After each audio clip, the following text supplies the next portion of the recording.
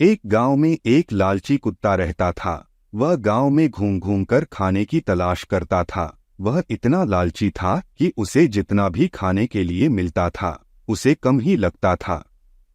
गांव के दूसरे कुत्तों के साथ पहले उसकी अच्छी दोस्ती थी, लेकिन उसकी इस आदत की वजह से सभी उससे दूर रहने लगे। लेकिन उसे कोई फर्क नहीं पड़ा।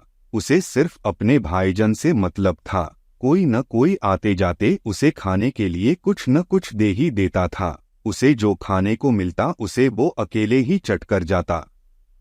एक दिन उसे कहीं से एक हड्डी मिल गई। हड्डी को देखकर उसकी खुशी का ठिकाना न रहा। उसने सोचा कि इसका आनंद तो अकेले ही लेना चाहिए। यह सोचकर वो गांव से जंगल की ओर जाने लगा।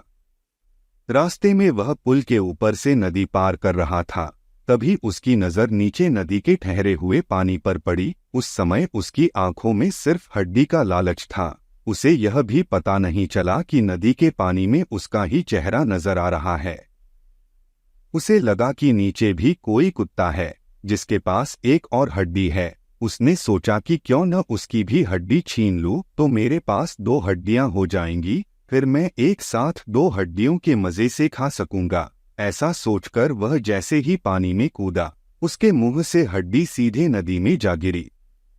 मुंह से छुटकर हड्डी के पानी में गिरते ही कुत्ते को होश आया और उसे अपने किए पर पछतावा हुआ। सीख।